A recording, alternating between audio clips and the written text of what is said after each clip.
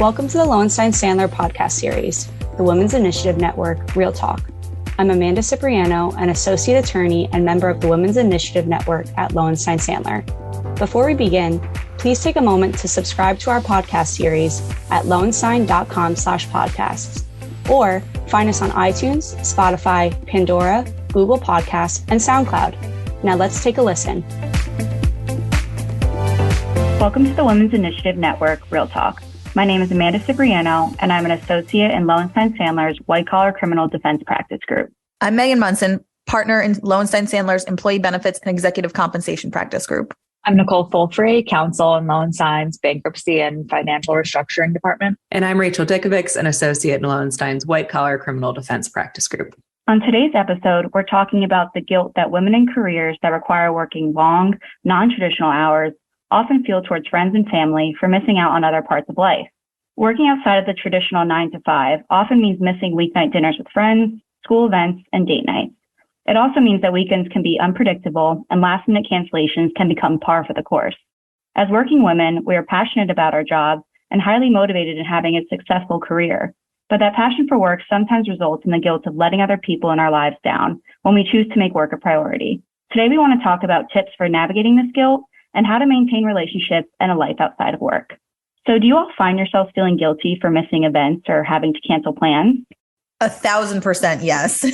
This is a topic that resonates very strongly with me. And I've found the longer in my career, I try to feel less guilt, but it doesn't always work out that way. And I think part of it also stems from the pressure that I feel from friends and family who are not in a similar career. And so they also, I just don't think, fully understand and appreciate what it means to work kind of in a more demanding job. Yeah, I think that's where a lot of the guilt comes from for me, because not that our jobs are so difficult that no one can understand them, but a lot of times, unless you actually live with the person, you don't really know what goes into their job and how unpredictable it can be at times. When I'm experiencing a really crazy time in a case, I'll find my husband coming up to me at 11 p.m. and he'll say, like, what could you possibly still be doing? And he just can't even understand when he sees me actively working. He can't understand that I could still be working. And so I think it's kind of hard with people who either have 9-to-5s or people who just have scheduled jobs. I'm thinking of my brothers, for example. They do have difficult hours too, but in a different way because, they're teachers and coaches. And so they have games on the weekends, but they're all scheduled. And I think that's the difficult part for our profession, that things can be scheduled whenever a client wants them to be scheduled, whether it's 5 minutes before the call or not. And so I think the unpredictability at times is really what makes it so difficult and guilt-inducing for me. And for me, it also is, not only feeling guilty for my friends or family that I'm canceling or missing out on events for, but I also feel then bad myself because I feel like I'm missing out on things that I'd like to be involved with. And it's kind of always that catch-22 of trying to be everywhere and doing everything for everybody. Yeah, this I feel like resonates with probably every single person who listens to our podcast episodes. I know it certainly does with me. I think that the guilt that you feel or don't feel changes over time based on the kind of things you're needing to say no to, how senior you are in your career, and how much flexibility you have to say no to things or not. For example, when you are a really junior attorney, you can't say no to things. Whereas when you're more senior, you might have a little bit more of a leg to stand on to say, I can't make it at this particular time. Here are the times I can make it. So I think that does change over time. And we'll talk about those concepts a little bit more later, but I certainly feel the same. And I think I find that I feel more guilty about missing things with friends because I don't feel like they understand what my job necessarily entails. And I have a lot of surprise when it's 8:00 and I say, sorry for the delay. I was on the phone with my boss, whatever. They're like, how could you be on the phone with your boss at 8:00? I'm like, well, I usually am. But things like that, I think, are pretty unique to not just the legal profession, but working in law firms. Maybe the only other thing that I think might be similar is working in high-level finance, probably. And so I think it's challenging for other people to understand that you're not just saying no to things or putting things off because you don't feel like doing them. It's because you have to prioritize work much of the time. And I think this guilt can be twofold. Guilt you feel towards others and guilt you feel towards yourself. So can you describe how this guilt has affected your relationship with others in your personal life? I think one of the really important things for especially young women attorneys to think about when they are finding their life partners is whether those people will be able to understand that work often has to come first. I think it's critically important for you and your partner, not to mention your friends, but I think particularly your partner. It's extremely important for you to be on the same page about whether or not work is the priority. And maybe there are certain times when it is and it isn't. There are different seasons of our lives where priorities change, but I think it's extremely important for you and your partner to be on the same page about the priority that work takes in your life. I totally agree, Rachel. I think this has been a really important thing for me in my relationship. And I'm thinking of one specific example where I just felt horrible about something because I was on trial in Alabama and had been like flying back and forth from Alabama for a couple of weeks. And like, it was like March and April. And my husband had bought me Dear Evan Hansen tickets to go, to see Dear Evan Hansen on Broadway for a Friday night of my birthday. And I had flown from Alabama to a speaking event in Atlantic City. And then I rushed home and it was like 30 minutes after the time we were supposed to leave. And I was just like looking at my husband and I was like crying. And I was like, I'm just so tired. I really just don't want to go. Is that okay? And I think that if I had a less understanding partner, that could have been like a major issue. But he thankfully had the sympathy and empathy for me to just realize what I was going through and be okay with it. But I think it would have been a lot more difficult if, like to Rachel's point, if he wasn't so understanding about what our job entails. That being said, that was like a time that I was in trial and I had just like so many commitments at once. That's not always how it is. And I try to make sure that's not always how it is. But it is important to have someone that really understands what's going on. And what about feeling guilty on yourself or feeling like you're missing out on parts of your life? I sometimes make a joke with Rachel that sometimes you can feel like you're missing out on your youth or your prime years. So how do you deal with feeling like you may be missing out on things? So I think this goes to one of the points that Rachel mentioned before, is that trying to set boundaries to the extent you can. And so if there are either events or activities that are important to you that you don't want to miss out on, and it's not, those extenuating circumstances where you're on trial or there's something that's urgent, right? Trying to push back if you're able to and say, I can't join the call at 2:00, but I can join at 6 p.m. And you'll be surprised, especially if you've built a good reputation for yourself, that there is a lot more flexibility than I think you would expect.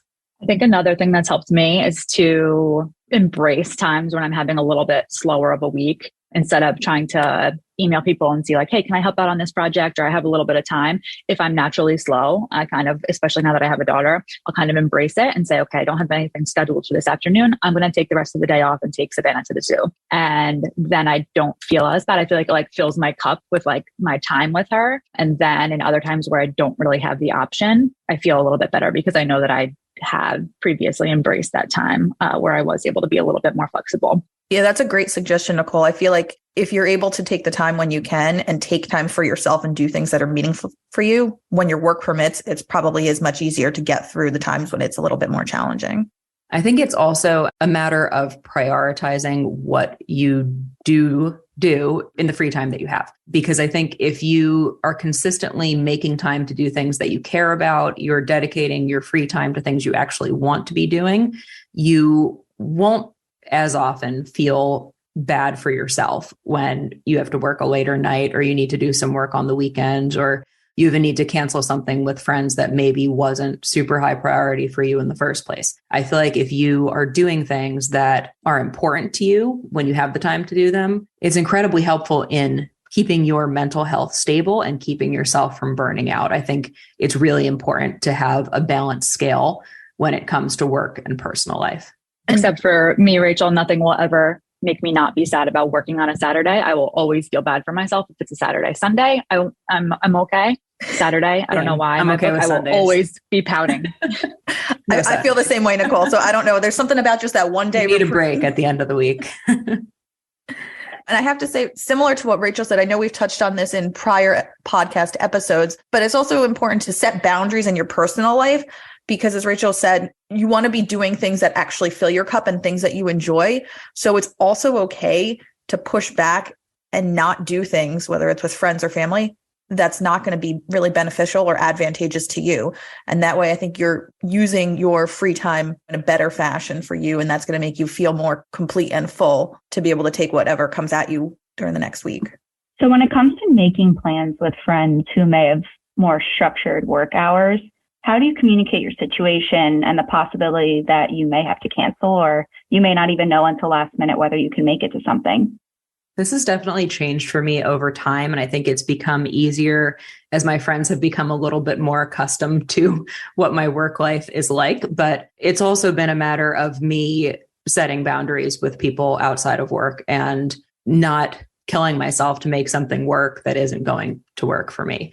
And so these days, I typically don't say yes to weeknight plans, for example.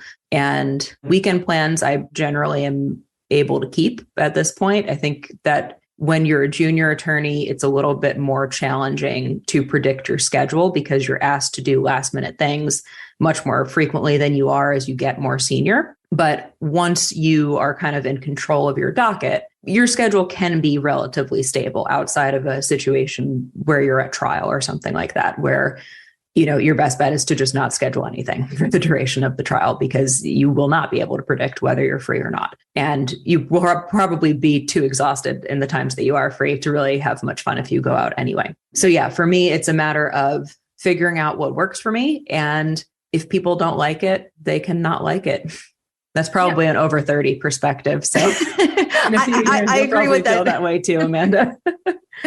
One other thing I would add is, because it's hard to make weeknight plans because as Rachel said, our schedules can be predictable. But if you have that Friday and, it's gearing up towards 4 or 5 o'clock, it looks like you're going to not have to work that evening or can duck out early. Use that as an opportunity to shoot your friend a text, see if they want to go to happy hour, right? Because if they have a more flexible schedule, they may be willing to meet you with limited notice. So it's really also kind of, as we were talking about before, taking advantage of those opportunities and free time when it arises. Yeah, I think those are great suggestions. I also try to be as communicative as possible with both sides. So if I have something that's super important in my personal life coming up, for example, if I'm hosting like a Christmas party, I'll tell everyone at work, like, just so you know, I'm hosting a Christmas party at my house on this date. It's starting at 3. So like, I will be absolutely not available no matter what happens, and just be almost obnoxious about telling them about it. And so it kind of insulates me from anything that could possibly happen. And it's the same way when I'm communicating with my friends. If I have a deal that I know is a little bit unpredictable, I will be super communicative with my friends and say, if it's an 8-person dinner, I'll just be clear with them and say, I'm going to try my best to come, but just so you know, I have a crazy deal right now and I'm not going to be able to promise that I'll be there or that I'll be on time. And I think my friends have kind of come to accept that.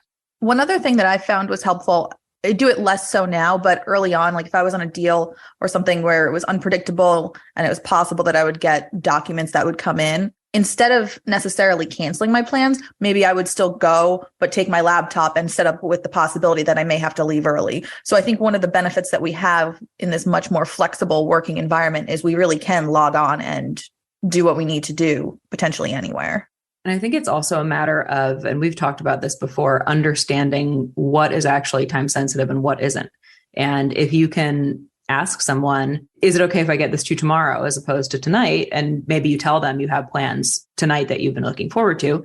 A lot of times they're going to say yes. And people just kind of fire things off when they're thinking about it, not necessarily intending that other people will be dropping everything to address their request. So I think it's often worth asking. And sometimes it can even be worth saying, can I get this to you on Monday instead of over the weekend, depending on what it is. And again, as you get more senior, I think it becomes easier to understand without asking what's urgent and what isn't, and to understand different people's styles. So like if some partners will email you on the weekend, and for example, I know that if one particular partner emails me with a question on the weekend, he does not expect a response till Monday, whereas some other people expect a response right away. So I think it's getting to know the people you work with, but also understanding based on what you're being asked to do, whether it's time sensitive or not. Mm-hmm.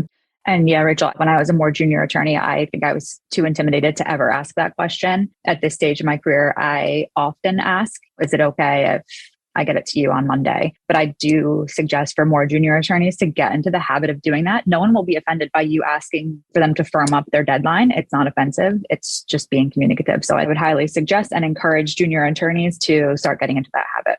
And you've all touched on how friends or family have kind of gotten used to your work schedule. So how have you maintained those relationships? Again, I think this is a matter of people being on the same page. If somebody is not on the same page as you and does not value your career to the same level that you do, you may not be able to maintain that relationship or that friendship. I think that it's just not possible if somebody's not going to be understanding. And especially for your spouse or your partner or your boyfriend or your girlfriend or whatever, they should want you to be successful too. Especially if you're potentially going to have a joint income, your success becomes their success as well. So I think a lot of times when there is a lot of tension around how much somebody is working, it's because the other person maybe doesn't feel comfortable with the position that they're in relative to the other person. And even if you're totally equal in terms of what you make and your hours, you need to be on the same page. And I think it's different addressing friends and relationships because your friends don't see the benefits of your work the way that your partner does. And these are both financial benefits and just career advancement developments. Your partner or your spouse goes through those things with you to some extent, and over time should develop a pretty good understanding of what your work entails. But your friends only get bits and pieces of what you're doing. And it's harder for them to see the complete picture and see that working on a weekend or working on a weeknight is probably worth it when you're making a really good salary and your hours are really good, because they don't see the same benefits that people who are really, really close to you see. I also think it helps if you're just generally understanding about your friends' lives in general as well, because yes, we have busy jobs and busy lives, but other people also have stuff going on, and their kids will get sick when you are supposed to go out to dinner one night, or if they're taking care of their mom and they have to cancel plans. Like, people have to cancel plans. That's just life. And if you're understanding with them about what's going on in their life, I find that they'll be equally as understanding with you, no matter what's going on with your life. And do you think this guilt is more prevalent in women? I'm going to say yes, at least for me personally. We've talked about, number one, the women taking on kind of the mental load and having to really feel like they're doing a little bit of everything. And so just from the type of person I am, I feel like I don't want to let anybody down. And I feel like then that's kind of not me living up to my potential, whether it makes sense or not. I just feel like we tend to be much harder on ourselves versus my husband or even our male colleagues might be like, oh, I can't do this, not a big deal, and move on. Like, I'll sit there and beat myself up over it for hours on end. Yeah, I think we all started laughing when Amanda asked this question, because I think being a woman and a friend, I think, is a completely different relationship than being a man and a friend.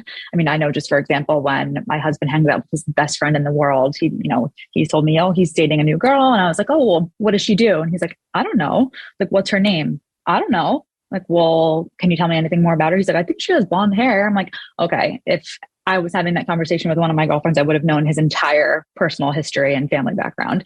And so I think women put a lot more pressure on themselves in their role as a friend. So I think things like cancellations and just the standard of being there for each other is a lot higher in women's relationships than it is for men. And I think that makes it a lot more difficult, and the guilt of something like a cancellation a lot more heavy.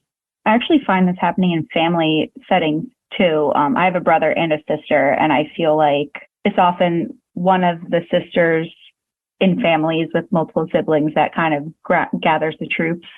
And so I feel like there's a lot of guilt too in just family situations of wanting to be there for everybody and feeling bad about missing something, where I know my brother will go on a trip and he'll be like, all right, bye guys. But then I have like the bridal showers, the baby showers. And if I have to miss anything, I feel so horrible. And that's just something, that's actually just something men don't have to deal with going to either. Those are just a whole set of events that don't cross their minds. I think it's also for, at least as attorneys, most of us are type A, right? So we feel like we should be at all of those things. And when we can't live up to that expectation, that's when I think the guilt starts to settle in. I think that guilt of basically any kind affects women more than men. I think that, like Nicole and Megan said, female friendships are different than male friendships. And I think women expect a lot more of both themselves and each other in the same way that we expect ourselves to be kind of everything to everyone. You know, we want to be a great attorney, a great wife, a great mother, a great friend, a great sister. You can't be everything to everyone at the same time.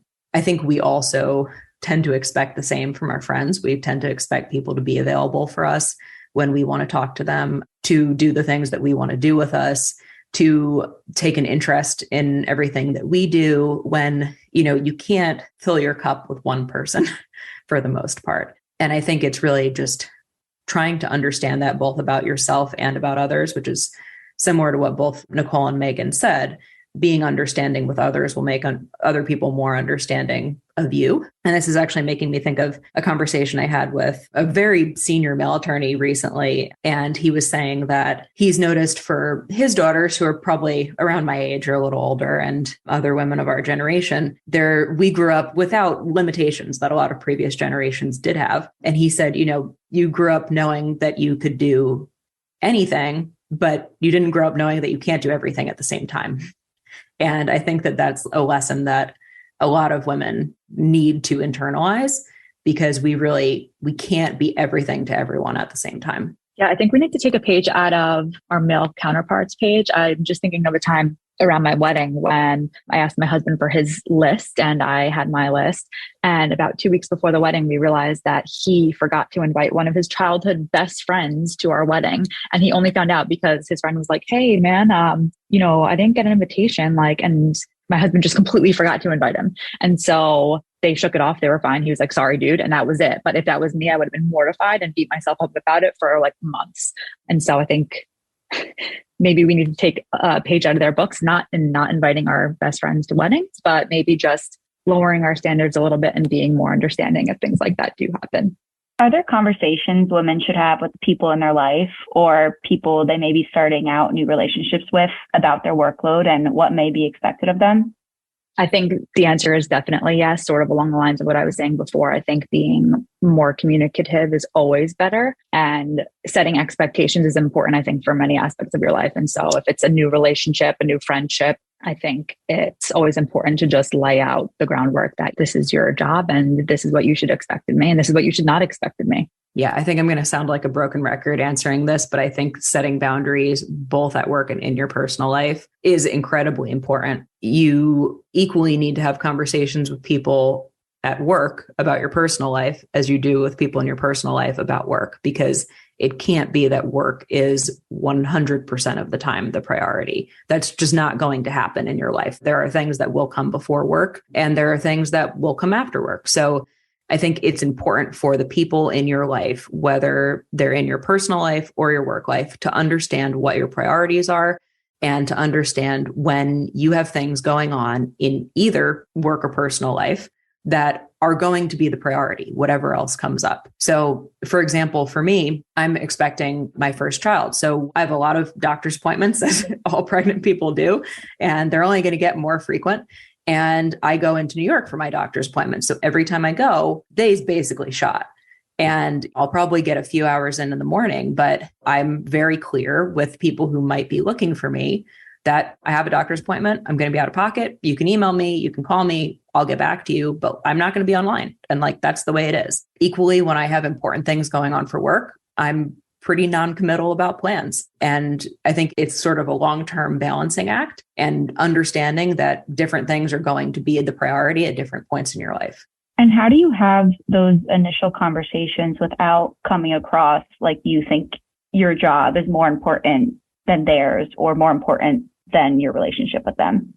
I think it's always helpful to recognize that, like I said earlier, everybody has certain things in their life that get busy or could be a reason why they may have to cancel plans. And so I think if in initiating the conversation, you also recognize the fact that I don't know what you do, for example, but I'm sure there's some times where you have really busy times at work. And I just want to share this about what I do. And so it's not just being self-centered and saying like I'm the busiest person in the world, which is not the case, but it's kind of opening up that stage for like an equal understanding from both sides and recognizing that they may have things in their life that are busy too. And then also being present when you can be, right? So if it's a time where you're not crazy and your friends want to get together or they're going through a hard time and want to talk to you about it, like being able to step up when you can, I think still shows that they are a priority to you. And it's not that you're trying to put them on the back burner, but it's you have a lot of things going on and we only have all so much time to do everything. I think attorneys also frequently fall into the mental trap, I'll put it, of thinking that their jobs actually are more important than other people's jobs. And for the most part, they're not. We're not cardiac surgeons. We're not the president. We're not saving lives or typically dictating how people's lives are going to go day to day. Our jobs are not more important than the vast majority of other jobs. They have different expectations. They pay high salaries, which result in those expectations. And I think that is really, it's just understanding what you are paid to do. You're paid a high salary to be available and to work hard and work a lot of hours. And that's not the same in every job, but that doesn't make your job more important than someone else's. So I think the way that you frame things, it's better to explain that there are expectations on you that your friends may not have in their roles than to try to convince them that your job actually is more important than theirs, because it's not for the most part. And in many cases, their jobs might be more important than yours. And, I think it's just a matter of explaining what you are and are not able to do.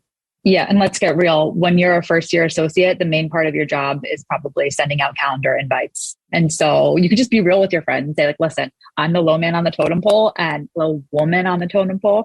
And if I get an email, like part of my importance to the team right now is being super quick to respond and super quick to send that calendar invite. And so when you phrase it in a way that like isn't overstating your importance and is being really real about like what you're doing, I think that kind of, it adds a little bit of humor to it and helps them understand that you're not trying to say that you're more important than they are, but just like Rachel said, that this is what's expected from me in my job at this point in my life. And this is just how it is. I really love that tip. Do you have any other final thoughts or tips on how to get over this feeling of guilt or letting other people down? I think it gets easier as time goes on to not feel guilty. You may still feel like you're letting people down in the first place, but you may find that it gets easier to explain why you, in this case, can't do something. And I think sometimes if you feel comfortable with the explanation that you've given somebody and you feel like this is what I actually have to do, then even if that person is upset, you will not necessarily feel guilty about it. Sorry if that was too harsh. No, I think that's true. And I think this is from, I know I can't go one episode without referencing Glennon Doyle, but in a recent episode of her podcast, I think she says setting boundaries is hard, but not setting boundaries is also hard in a different way. And so just think about, if I set this boundary, what's it going to be like for me? If I don't set this boundary, what's it going to be like for me? And giving yourself that kind of peace of mind, I think, is really helpful in actually like standing firm to setting your schedule the way it needs to be set. Well, thank you all so much for weighing in on a topic that I know so many deal with on a constant basis. We hope that this episode opens the door for more conversations between women and their loved ones to take place about this issue. Thanks for joining us for another episode of the Women's Initiative Network Real Talk. We'll see you next time.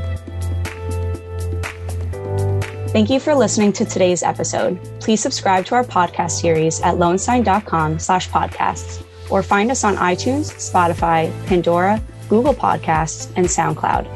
Lowenstein Sandler podcast series is presented by Lowenstein Sandler and cannot be copied or rebroadcast without consent. The information provided is intended for a general audience. It is not legal advice or a substitute for the advice of counsel. Prior results do not guarantee a similar outcome. The content reflects the personal views and opinions of the participants. No attorney-client relationship is being created by this podcast, and all rights are reserved.